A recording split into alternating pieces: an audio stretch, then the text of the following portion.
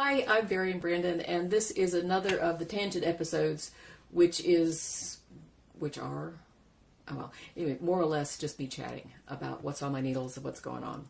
So I haven't got much today because I'm working on this hat, and I'm working on these videos for the Arion coat, which will come out as soon as I get them all done. They'll come out, and what they're designed to do is to go along with the Arion coat kit, which you can get at Elemental Affects, Affects with an A, affects.com. And they're not, it's not quite ready yet because I'm not going to release the videos until I get them all done, and yada, yada, yada. So coming soon, you'll be able to get the kit at elementalaffects.com, and I'll tell you when that's going to be.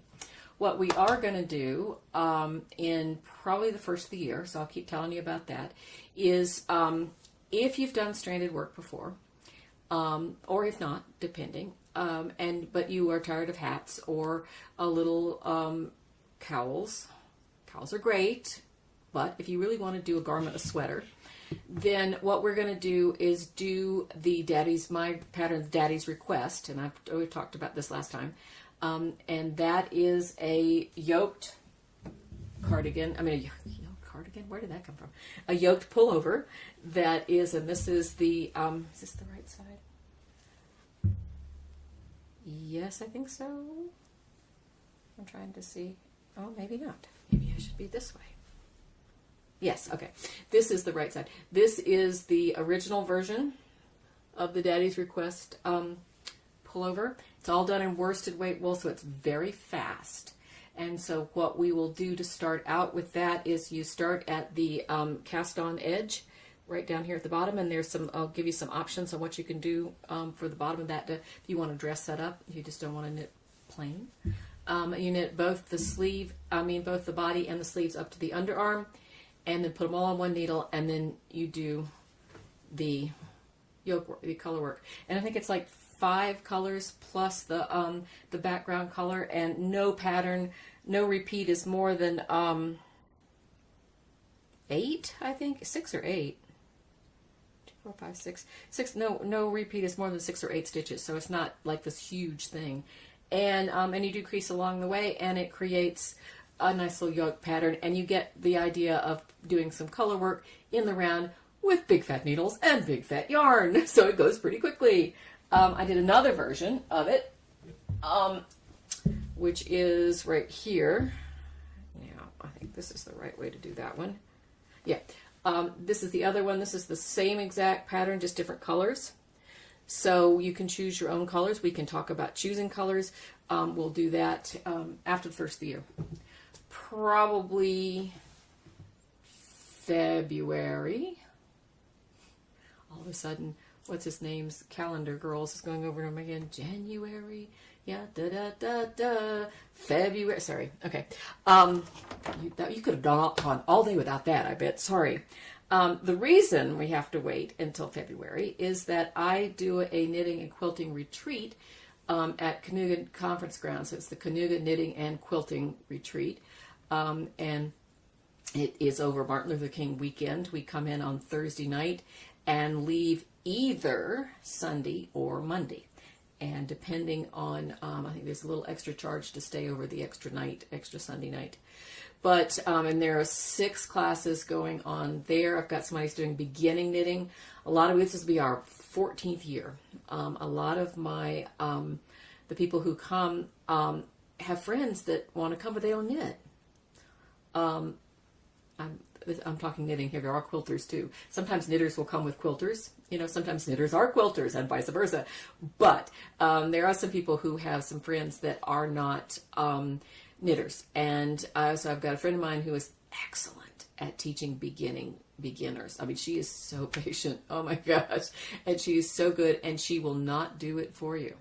She will make you do it yourself. So you learn a lot, and you can get a lot of learning done in a whole weekend. So if you are thinking about coming and you're a knitter and you have a friend who is not a knitter but wants to be, we've got a class for absolute beginners, which is something we have tried a couple of times and had varying success at, but I've had more and more requests for it now, for people to come who want to bring a friend who is not a knitter who wants to learn how to knit. So we've got that.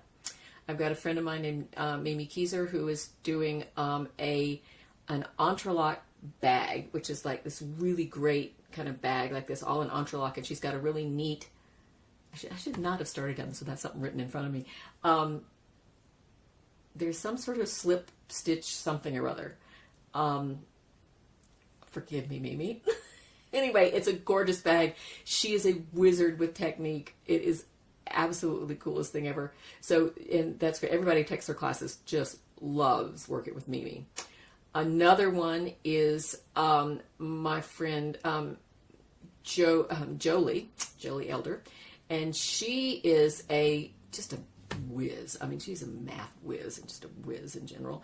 And that is short for wizard. Don't go off on anything. Anyway, she is wonderful. And she is teaching, she's developed this really, really neat way of doing reversible lace.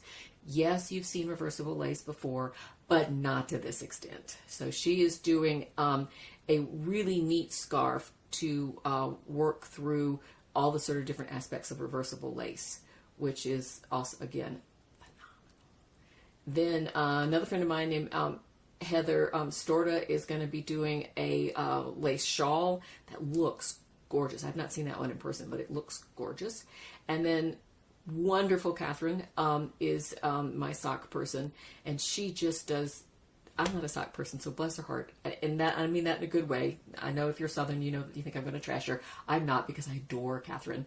But she does socks, and she does all aspects of socks. This time, she's doing a Christmas stocking, because if you can't do anything, if you can't do it at all, do it big.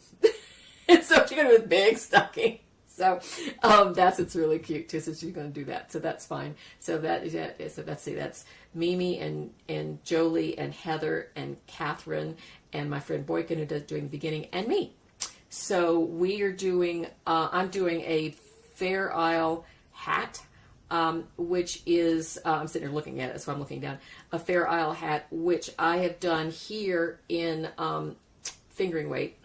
And this is, and it's very painterly, so it really, I always end up showing you at the very beginning, so it shows let's just lay it this way, it's cleaner this way. This is a slouch. Just because I like the slouch hats. The beanies make your head look too small. I don't know, but I like the slouch hats. So this will be the slouch hat. I'm going to put this on, just fair warning. It's not even finished yet, but I'll put it on just so you can kind of see what it's not blocked, not anything. Does it look attractive? Okay, you do this, and then it kind of comes down like that. So I like that kind of hat. It gives a little bit of, interest here without being like a tam that's not blocked. It is, and it gives you the opportunity to put some design right here in the top. And that's hello. That's what I'm working on right now, is the top part, which is going to start with, let's see, it's better this way. It's going to start with these pink crosses. You see that, pink crosses? And then it's going to close up into the middle, and then have a little bit of a little thingy at the top. Like, you know how those old-fashioned felted tams, at the very top of felted tam, there's a little piece of felt that kind of tops off. It just creates a little nubbet, I don't know, at the top. So, but that's what this is going to be. This is Elemental Effects Shetland, which is really nice. It has not been blocked, so we'll go from there, and it gets really soft when you do that. So I'm working on that. I'm working crazy on these. I said these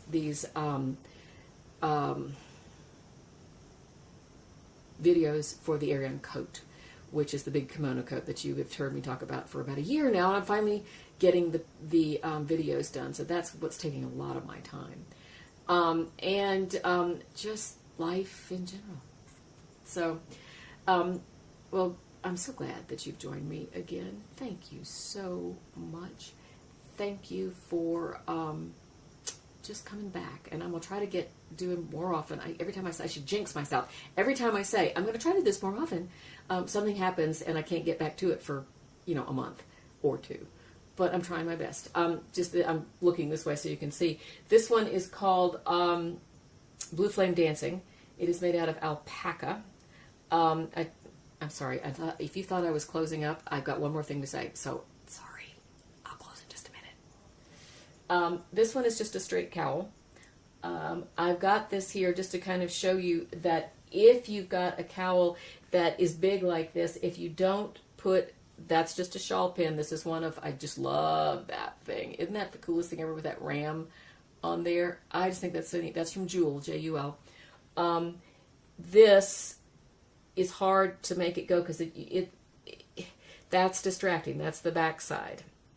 And so what I've been doing is folding them sort of in half like this and putting a shawl pin in it like that, which kind of keeps it up a little bit higher. I wear this under my black pea coat that gives it just a little pop of color at the neck, and it's very warm. Okay, now, I'm closing now, just so you know. 10 minutes in, I'm closing. Actually, 11 minutes in. Sorry. If nothing else, I can finish 3 or 4 times here. No other projects coming up. I'm done now. Thank you so much. Bye-bye.